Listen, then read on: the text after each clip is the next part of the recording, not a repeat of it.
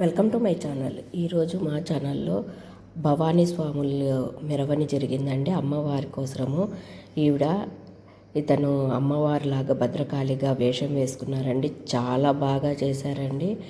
ఆయన అమ్మవారిని ఒళ్ళులోకి వచ్చి చేసినట్లు ప్రదర్శన చేశాడండి. చాలా బాగా చేశాడండి. ఇవన్నీ గ్రామాలలోనే జరుగుతాయండి. పట్టణాలలో వాళ్ళకు ఇవన్నీ చూడడానికి అవకాశం ఉండదు. మాకు మాత్రము ఈ అవకాశం దొరికినందుకు చాలా సంతోషంగా ఉందండి. అమ్మవారిని దర్శనం చేసుకోవడానికి వచ్చినానండి. కానీ ఈ విశేషాలు కూడా చూసినందుకు నాకు చాలా బాగా మనసు పులకించిపోయిందండి. ఇలా ఈవిడ చేసే నృత్యాన్ని చూసి అసలు ఒళ్ళు పులకరించిపోయిందండి.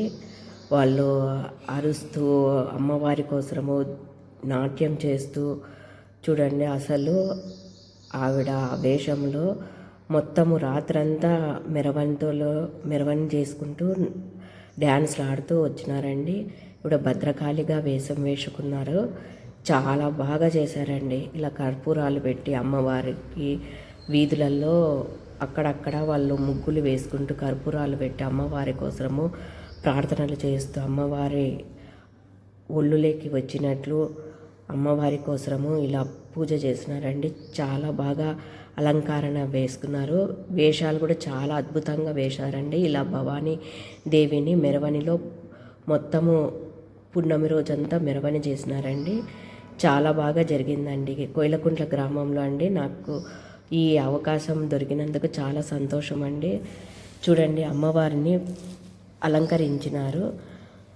మేము ఇక్కడ కోయిలకుంట్లలో చాలా బాగా ఉత్సవాలు జరుగుతాయండి. తిరునాళ్ళలు కానీ ఇలా భవానీ స్వాముల ఉత్సవాలు కానీ అయ్యప్ప స్వాముల ఉత్సవాలు కానీ బాగా చేశారండి. ఈసారి అమ్మవారికి ఘనంగా మెరవని పూజలు బాగా చేశారండి. ఇక్కడ వాళ్ళు చాలా సంతోషం అండి ఇవన్నీ చూసేందుకు.